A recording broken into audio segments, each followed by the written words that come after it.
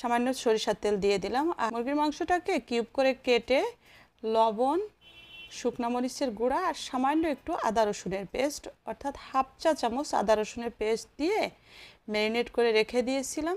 চিকেনটা ভাজা হয়ে গেছে। সবগুলো চিকেন এভাবে করে ভেঙে দেখেন এই যে এইভাবে করে একদম গুঁড়ো গুঁড়ো করে নিয়েছি। আর শুকনা মরিচ নিয়ে নিলাম আর বেশ কিছু পেঁয়াজ কুচি নিয়ে নিলাম। এখানে আমি 3টা পেঁয়াজ কুচি নিয়েছি। দেশি যে পেঁয়াজগুলো আছে না, মিডিয়াম। লবণ, শুকনা মরিচ এবং পেঁয়াজ ভালো করে ম্যারিনেট করে মেখে মাংসের সঙ্গে ভালোভাবে ভর্তা করে নিয়ে আমি বেশ খানিকটা সরিষার তেল দিয়ে মেখে নিয়েছি।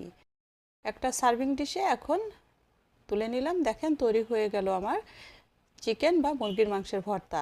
এই ভর্তাটা দিয়ে 1 চামচ নেবেন এবং ভাত সবগুলো খেয়ে ফেলবেন। ছোট বড় বৃদ্ধ বনিতা সবাই ভীষণ পছন্দ করবে। শেয়ার করে রেখে দিবেন।